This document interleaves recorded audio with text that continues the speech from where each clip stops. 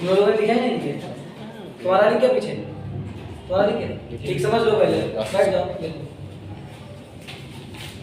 संविधान के महत्वपूर्ण अनुच्छेद, वो अनुच्छेद जो एग्जाम में बार बार पूछे जाते हैं, जिनको एग्जाम में रिपीट किया जाता है, सिर्फ वही एग्जाम वो वही अनुच्छेद आपको हम बता रहे हैं। किस अनुच्छेद का मतलब क्या होता है वो भी प्रॉपर समझाएंगे। लेकिन क्या 100% तुम्हारा माइंड यही रहना चाहिए? ऐसा ना हो समय हो गया भूख लग रही घर जा रहे हैं। ठीक, पहला ये जान लो कि भारतीय संविधान में 22 भाग हैं। कितने हैं? 22 भाग हैं और 395 अनुच्छेद मूल रूप से हैं। अब बढ़ करके वो 450 प्लस हो चुके हैं और भाग कितने हैं? 25 से 26 हो चुके हैं भाग भी। इतना समझ में आ गया? अगर तुमसे क्वेश्चन पूछेगा नॉर्मली छोटे मोटे एग्जाम में जो क्वेश्चन आते हैं पहले ऊपर से पूछता है, डीप नहीं, अंदर से ज्यादा कुछ नहीं पूछता। भारतीय संविधान का भाग ये क्या कहता है कि भारत राज्यों का संघ एवं उसके राज्य क्षेत्र। ठीक, संघ एवं उसके राज्य क्षेत्र। उसके बाद में कहां से कहां तक है? अनुच्छेद 1 से 4 तक। अनुच्छेद 1 कहता है कि भारत राज्यों का संघ होगा। अनुच्छेद 2 कहता है कि संसद राष्ट्रपति को पूर्व सूचना देकर के किसी भी विदेशी राज्य का भारत में विलय कर सकता है, जैसे कि 16 मई 1975 को सिक्किम का विलय हुआ था भारत में।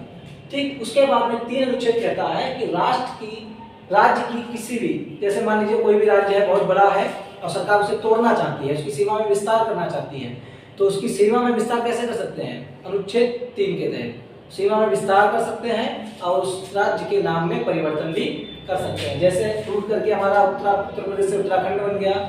ठीक, ऐसे कई राज्य टूट के बने हैं। उसके बाद चौथा अनुच्छेद ज़्यादा महत्वपूर्ण नहीं है, लेकिन बता दें कि इसमें ये लिखा गया है कि जब भी अनुच्छेद 3 और अनुच्छेद 2 पर काम चल रहा होगा, ठीक, या तो विदेशी राज्य का विलय हो रहा हो या किसी राज्य की सीमा में विस्तार हो रहा हो, वहाँ पर राष्ट्रपति का कोई भी महत्व नहीं रह जाता है, मतलब वो हस्तक्षेप नहीं कर सकते। उसके बाद भाग 2 में नागरिकता का वर्णन है, जो कि 5 से लेकर के 11 तक वर्णित है, जो हम पहले आपको लिखा भी चुके हैं, पढ़ा भी चुके हैं। जिसके ना समझ में आए तो वो भाग 2 पढ़ ले। उसके बाद भाग 3 आता है जिसमें मौलिक अधिकार है। मौलिक अधिकार कौन से अधिकार? वे अधिकार होते हैं जो हमसे कोई भी नहीं छीन सकता, ना सरकार छीन सकती है, ना कोई व्यक्ति हमसे छीन सकता है। वो हमारे नैसर्गिक होते हैं, वो हमारे अपने होते हैं। जैसे समता समानता का अधिकार, ये है कहाँ से कहाँ तक? भाग 3 हमारा 12 से 35 के मध्य में है। अनुच्छेद 12 से लेकर के अनुच्छेद 35 तक है।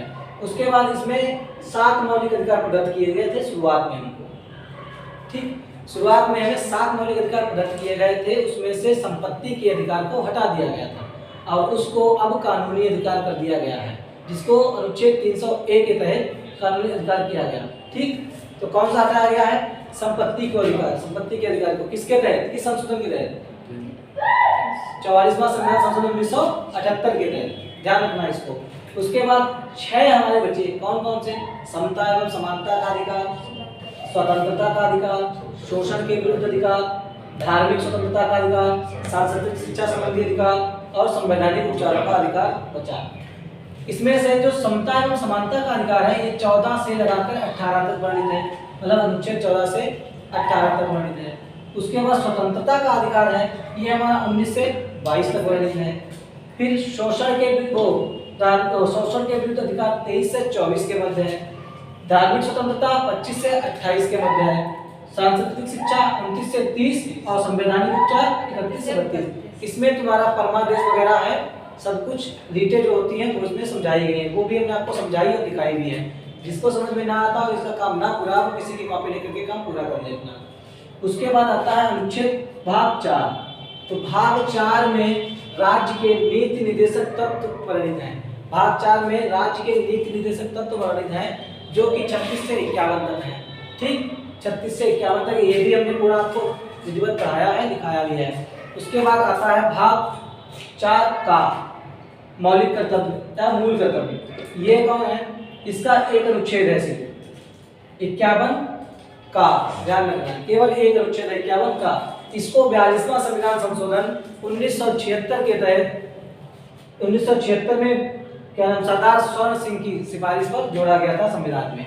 ध्यान रखना, ये कर्तव्य किसके हैं? ये जनता के कर्तव्य होते हैं। कौन कौन से हैं वो भी हमने दिखाए हैं, जैसे तिरंगे का सम्मान करना, राष्ट्रगान का सम्मान करना, ये सब चीजें, आदर्श वाक्य सत्यमेव जयते इसका भी सम्मान करना, वंदे मातरम वगैरह है, इन सब चीज़ों का सम्मान करना हमारा मूल कर्तव्य है।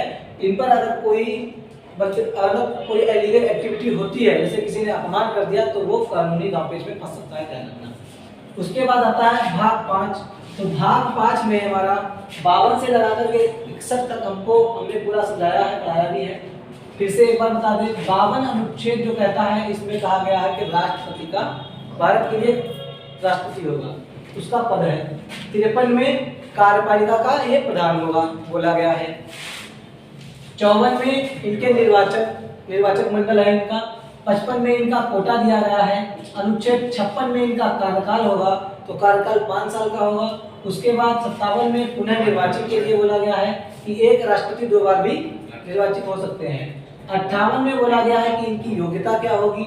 59 में बोला गया है इनकी दशा और शर्तों के बारे में। 60 में बोला गया है कि ये शपथ कब लेंगे, और 61 में महाभियोग, इनको पद से हटाया कैसे जा सकता है।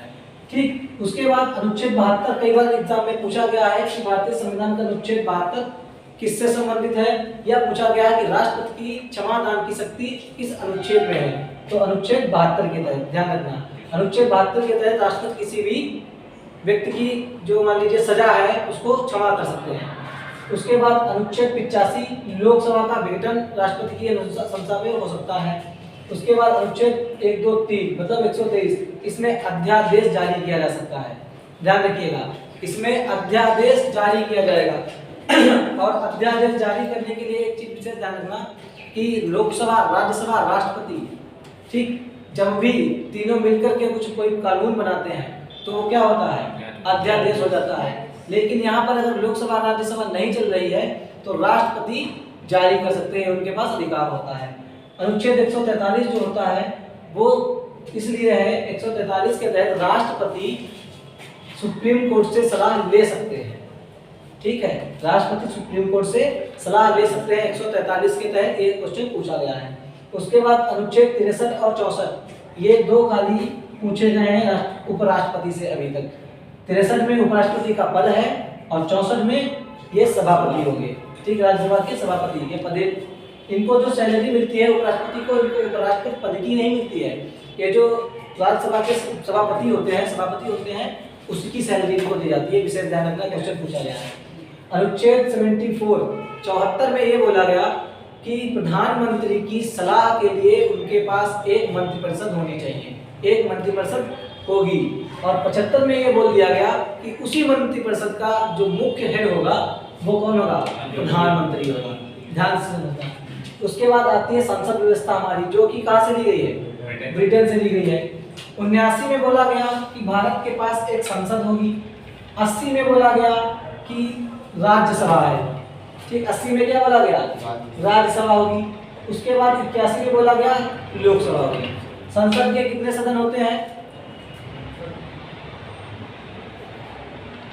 2 सदन होते हैं, निम्न सदन, उच्च सदन, 2 सदन होते हैं। उसके बाद अनुच्छेद 100 कहता है निर्णायक मत, कि अगर राज्यसभा या लोकसभा में कोई भी चुनाव होता है और वो इक्वल हो जाए, मतलब बराबर हो जाए, बराबर मत मिले हैं, तो लोकसभा या राज्यसभा के जो अध्यक्ष होंगे वो निर्णायक मत देंगे।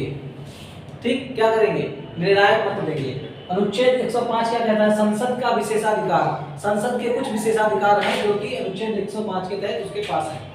अनुच्छेद 108 ये संयुक्त अधिवेशन जब लोकसभा और राज्यसभा दोनों साथ बैठ करके बैठक करते हैं, मीटिंग करते हैं, तो उसको क्या बोला जाता है, संयुक्त अधिवेशन बोला जाता है। उसके बाद अनुच्छेद 110 धन विधेयक, 110 के तहत क्या है कोई विधेयक, धन विधेयक है या वित्त विधेयक, किसके तहत होगा, 110 के तहत। 112 कहता है बजट, ये बजट प्रस्तुत करेगा। अभी जो बजट हमारा आया था तो वो किस अनुच्छेद के तहत आया, 112 में बजट है। और अनुच्छेद 116 लेखानुदान, 116 लेखानुदान ये बोलता है कि जो भी चीज बजट से बाहर है, ठीक, जो भी चीज बजट से बाहर है वो लेखानुदान के तहत आएगी।